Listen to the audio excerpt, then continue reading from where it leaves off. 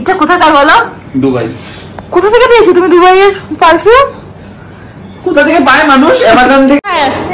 16 Pro কিনতে চলে।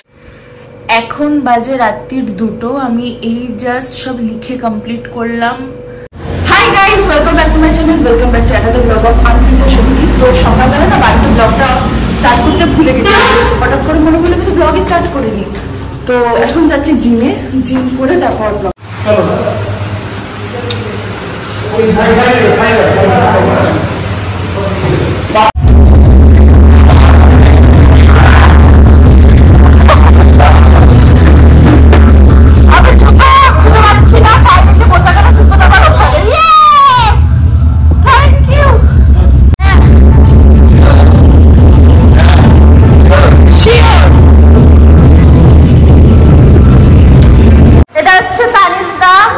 শেরপুরের মালিক, শেরপুরে যতগুলো দোকান দেখো শেরপুরের মালিক, 15 Pro Max এর মালিক।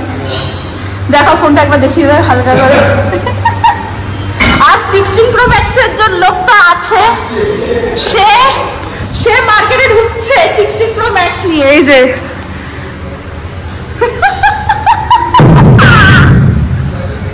আজকে বউয়ের জন্মদিন, খুব খুশি করছি।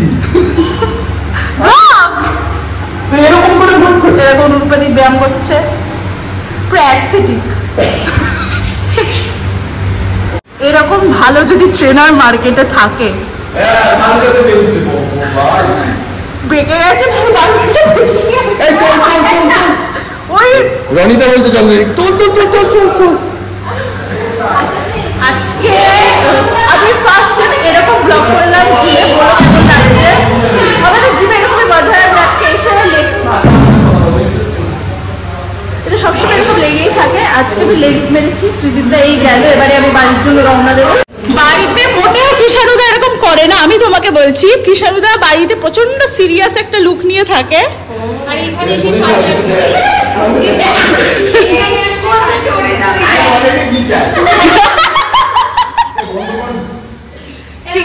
16 Pro কিনবে আর আমাদের সব, হ্যাঁ 16 Pro কিনতে চলেছে। আরো বেশি মুখ চোখ এরকম করছে যেটা অ্যাস্থেটিক দেখানোর জন্য। 25 দিয়ে মানে কিন্তু 15 দিয়ে, হ্যাঁ একটু অ্যাস্থেটিক লাগছে না। আমি জুতোটা তো পেয়েছি বাট নিশোলটা পাচ্ছি না, তো আমি জানি না কি হবে। আমার খুব কষ্ট হচ্ছে, তাও অ্যাটলিস্ট জুতোটা তো পেয়েছি। এটা হচ্ছে শান্তি, জঘন্য লাগছে আমাকে। চশমাটাতে আমি সেটা রিয়েলাইজ করলাম। এক্সস্টেড ভাই। পৌঁছে গেছি বাড়িতে। এই দেখো আমি এভাবে ব্লগটা করি তো ভালো লাগবে। এনার্জিটা দেখো, ও কি হবে নে তোকে আজকে একদম প্রপারলি নিচ্ছি বলু, ঠিক আছে? কি খেলছিস বল? সবাই জানি কুকিং ফিভার খেলছে, মানে মারাত্মক পরপর লেভেল সব শেষ করে দিচ্ছে। আজকে ডাউনলোড করেছিস, কত নম্বর লেভেল চলছে? 42। ভাবা যায়। আজকেই ডাউনলোড করেছে কুকিং ফিভার আর 45 লেভেল চলছে। তাহলে বুঝতে পারছো তো সকাল থেকে পড়াশোনাতে কিছু হয়নি, শুধু গেমই খেলে যাচ্ছে। হ্যাঁ ওর শরীরটা প্রচন্ড খারাপ, আমি তো বলছি শরীর খারাপ, তাই ও এখন গেম খেলে খেলে 45 লেভেল হয়ে গেছে।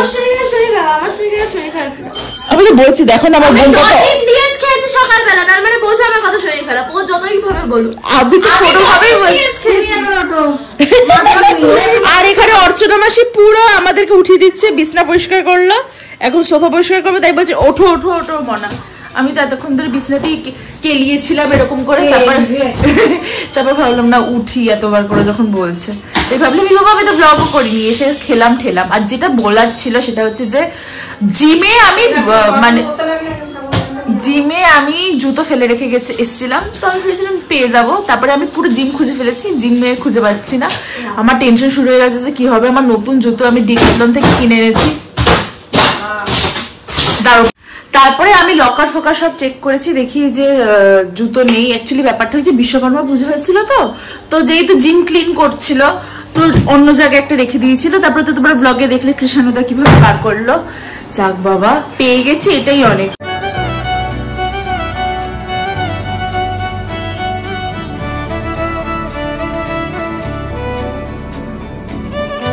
আমি না দুপুরবেলা একটু ঘুমিয়ে পড়েছিলাম, কারণ আমি হঠাৎ করে জানতে পারলাম যে আমার কালকে অ্যাসাইনমেন্টস আছে লিটারেলি 20 পেজের, আর ধরো 10 থেকে 12টা ড্রয়িং।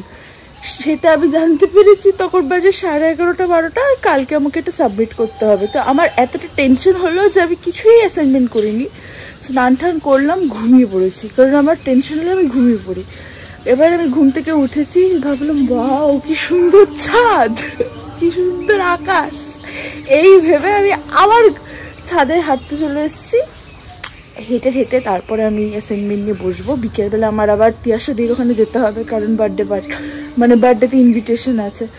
কি করে যে কমপ্লিট করবো, তাও একটা জানি যে আমি যেহেতু দুপুরবেলা 2 ঘন্টা ঘুমিয়েছি, যত রাত্রি হোক আমাকে আজকে অ্যাসাইনমেন্ট কমপ্লিট করেই ঘুমাতে হবে। এইটুকু আমাকে এইটুকু আমার নিজেকে বলছি, শরীরই অনেকগুলো অ্যাসাইনমেন্ট বাকি, জানি না কি করে কি করব। কিন্তু এখন আমি এসেছি ছাদে হাঁটতে, তো আমি আবার ছাদে কিছু সিনেমেটিক শর্টস নিলাম, যদি গান দিয়ে বা পরে দিই।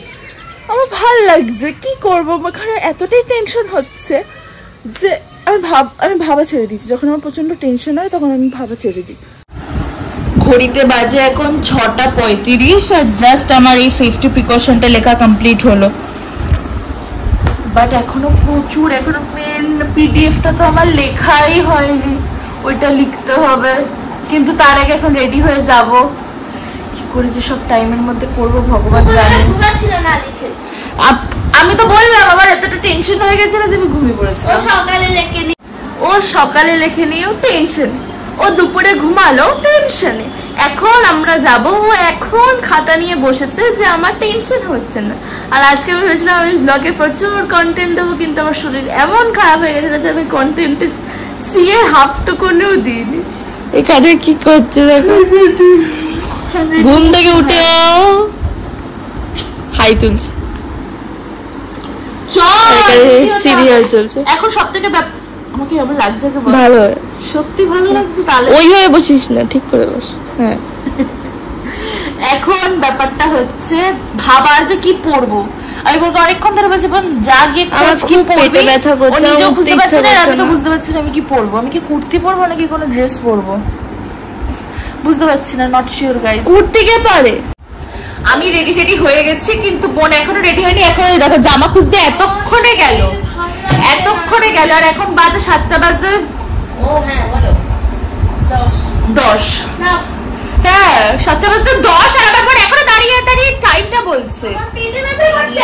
পরে বলবো আমার জন্য লেট হয়, একদমই আমার জন্য I am always on time. ও বাবা, আরেকজন দাদাভাইকে একবার ফোন করে দেখি কি। আমি রেডি হয়ে গেছি, এখন বাজে 7টা বাজতে 5।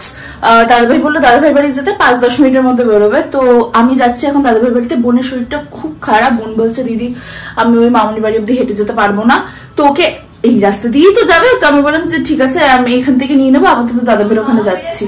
আর এই ড্রেসটা পরেছি, এই ড্রেসটা আমি অনেক দিন পর পরেছি, এটা আমার one of my favourite dress. আমি যখন ক্লাস 9-এ পড়তাম তখন আমি এই ড্রেসটা কিনেছিলাম, তখন প্যান্টালুন্স থেকে কিনেছিলাম পুজোর টাইমে। আমার এই ড্রেসটা এত ভালো লাগে। আর এখন তো কলেজের ফার্স্ট ইয়ার, তো এতদিন পরে পরি, খুব অল্প করে পরি যাতে ড্রেসটা পুরনো না হয়। এই ড্রেসটা আমার খুব ফেভারিট।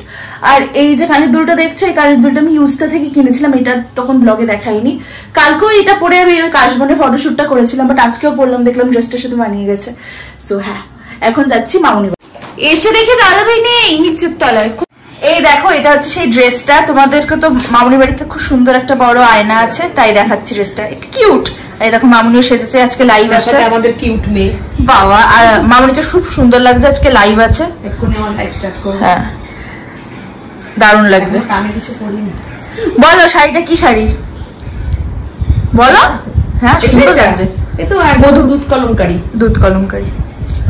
মামুনির আজকে ফেসবুক লাইভ আছে 7:30 থেকে, তার জন্য মামুনি রেডি হচ্ছে, আর আমি তো এখানে রেডি হয়ে দাঁড়িয়ে আছি। হ্যাঁ ভালো লাগবে এটা। আরেকটু ইয়ে কালার নিয়ে, একটু কালো কালো।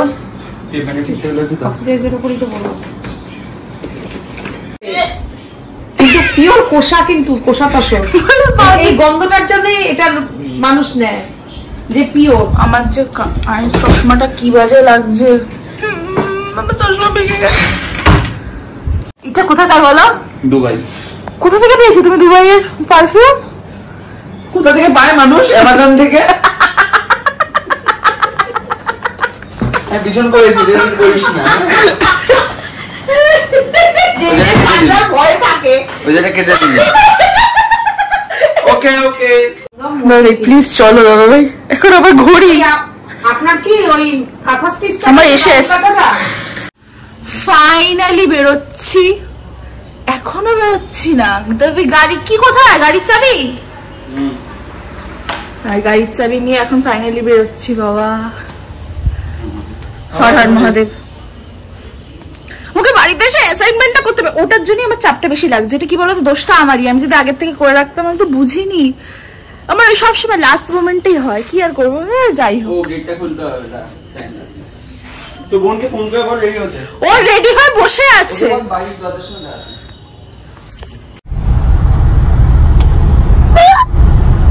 তালা পালা দিয়ে দিয়ে এখন আমি যাচ্ছি। গিফটটা কোথায় রেখেছো? ঘরে আছে, মাঝে করে রেডি হচ্ছে। এখন যাচ্ছি গিফট, ওই গিফটটাই তাহলে রাখতে ভুলে গেছি। ওয়াও, হয়ে গেছে গিফটটা নেওয়া। এবারে বোনের ওখানে যাব, বোনকে নেব, তারপর সোজা। কটা বাজে? ছটাই বাজে, হয়ে যাবে। বেরিয়ে পড়লে আমাদের চাপ পড়ে না, বিকজ তুমি এনে ধর তো, এটা তুই গিফট নিতে ভুলে গেছিল। তারপরে আবার মানে ওই কি বুঝানো বলে আবার গেট ফেট খুলে তারপরে গেছি।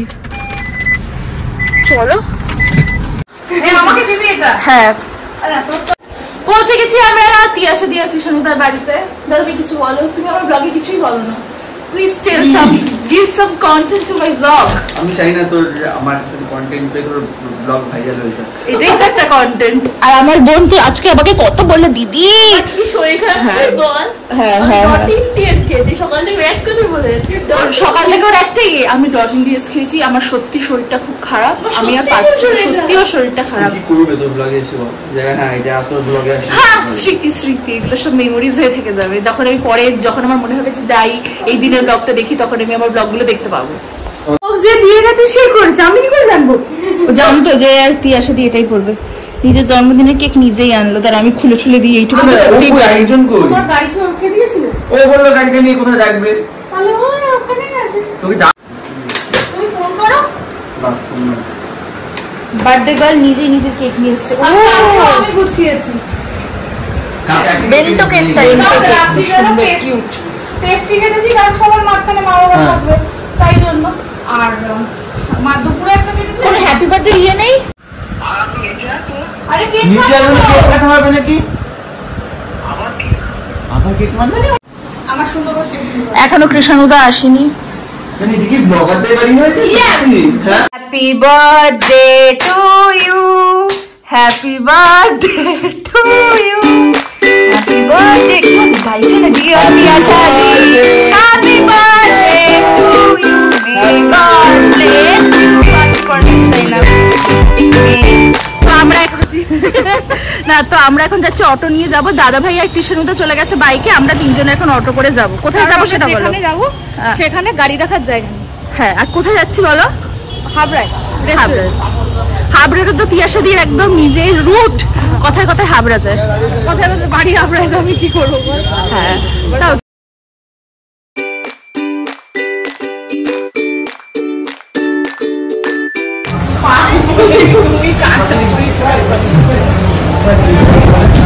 করতে এসছো? তুই কি বাড়ি আমি খাই। ভিডিও না জন্মদিনে এসে তাক দিয়ে দিল। তোমাকে যে চশমাটা কি যখন লাগবে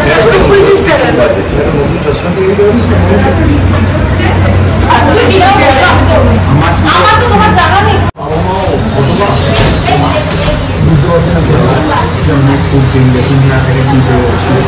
আমাদের খাওয়া দাওয়া হয়ে গেছে, খাবার খুব ভালো ছিল। Thank you Tiasha di for this. সাথে রান্না করেছো কি মা? দোকানে এসে কোল্ড ড্রিঙ্কস চলছে আর আমাদের খাওয়া হয়ে গেছে। এখন আমরা বেরোবো। ওকে দিয়ে দিয়েছে। হয়ে গেছে আমাদের সব খাওয়া দাওয়া। আমরা অটো করে অশোকনগরও চলে এসেছি। এখন তিয়াশাদি বলছে, বলো কি বলছে? এখন আমরা ঘুরতে যাব। আমার সতীন আমাদের ঘুরতে নিয়ে যাবে। আমার গেটে আটকা পড়ে গেছে, আমরা আগে বেরিয়ে চলে এসেছি। ফায়দা লুটে দিয়েছে এটা। আমার অ্যাসাইনমেন্ট আছে বাড়িতে গিয়ে করতে হবে, তাই বলেছে আধ ঘন্টার মধ্যেই কমপ্লিট করতে হবে। হ্যাঁ রাতও হয়ে গেছে না, অলরেডি রাত হয়ে গেছে। আর না তার থেকে বড় কথা আমার অ্যাসাইনমেন্ট আছে, বাড়িতে গিয়ে আমাকে এগুলো করতে হবে। উফ, ভাবলি আমার কিরকম ভয় লাগছে কতগুলো। তো এখন আমরা বসে পড়েছি গাড়িতে, এই যে এরা দুজন সামনে, কৃষাণুদা চালাচ্ছে ফর চেঞ্জ। আর এখন কোথায় যাবে? জাস্ট ঘুরতে, উইথ মানে কোনো ডেস্টিনেশন নেই, জাস্ট ঘুরবো। ডেস্টিনেশন আছে, আমরা আমেরিকা যাব না। কোথায় যাবে? তো সেটা যখন আমি জিজ্ঞেস করলাম তখন চুপ করেছিল, তো আমি কি করবো বলো? খুব ভুল হয়ে গেছে। হ্যাঁ আস্তে আস্তে আস্তে পেছনে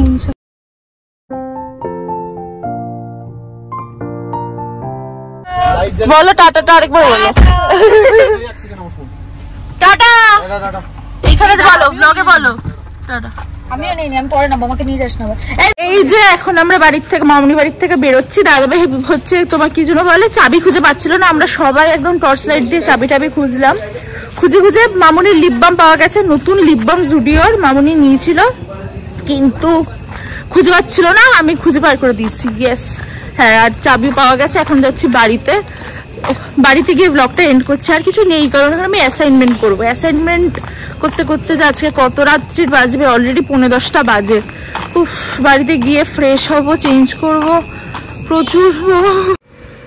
এখন বাজে রাত্রির 2টো। আমি এই জাস্ট সব লিখে কমপ্লিট করলাম, মানে প্রচুর লেখা। তোমাদেরকে দেখাচ্ছি, দাঁড়াও। এই দেখো, এখান থেকে শুরু, সেফটি প্রিকশন।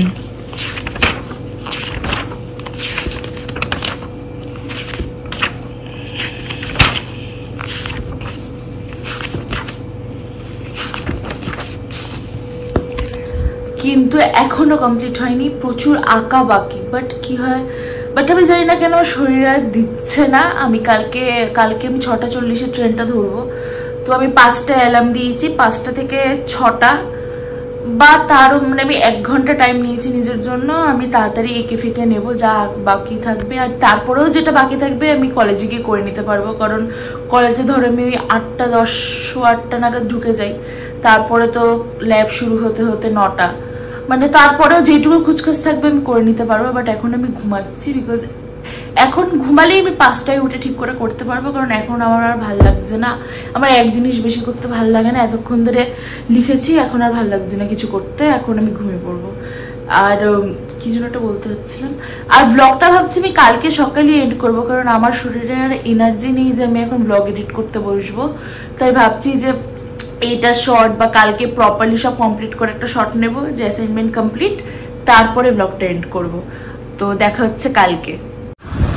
5টায় উঠেছিলাম, এই আঁকাটা হয়েছে, এই দুটো আঁকা হলো, আর এই কটা হলো। এখনো 3-4টে বাকি, বাট ওগুলো ইজি আছে। ইজি না, দুটো কঠিন আছে আর একটা ইজি আছে, ওইটা কলেজে গিয়ে করে নেবো টাইমে। আর হবে না, কারণ এখন রেডি হতে হবে, 6:40 ট্রেনটাও ধরতে হবে। গুড মর্নিং গাইস, 6:11 না 12 বাজে হবে হয়তো।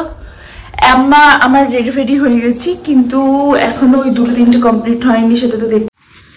বেরিয়ে গেছি, এখন 6:23 বাজে, কিচ্ছু খেতে পারিনি বাড়ির থেকে, জল বিস্কুট খেয়ে বেরিয়ে গেছি। কারণ আমার মনে হচ্ছে ট্রেন লেট হয়ে যাবে, কারণ এখান থেকে টোটো যেটা না, ওই এত সকালে টোটো পেতে গেলে মিনিমাম 5 থেকে 6 মিনিট দাঁড়াতে হয়, তারপর টোটো আসে। ও বাবা, ঠাকুর ঠাকুর, আজকে আবার ভাইভাও আছে, ভাবা যায়। মানে আমি যেগুলো লিখেছি ওগুলোরই কোয়েশ্চেন করবে, সেটা পিডিএফটা ট্রেনের মধ্যে পড়তে হবে, নাহলে আর কোনো উপায় নেই। আজকে দিনটা নমস্কার। কলেজে এসে গেছি 8:30টার সময়, আমার সব আঁকা ফাঁকাও কমপ্লিট, লাইব্রেরিতে সব এঁকে নিয়েছি, ব্যাস। আর 9টাও বাজেনি, এখন অলরেডি সব ডান। আর এখানে সবাই ক্রিকেট খেলছে, বিকজ আমাদের কলেজের মানে ম্যাচ আছে।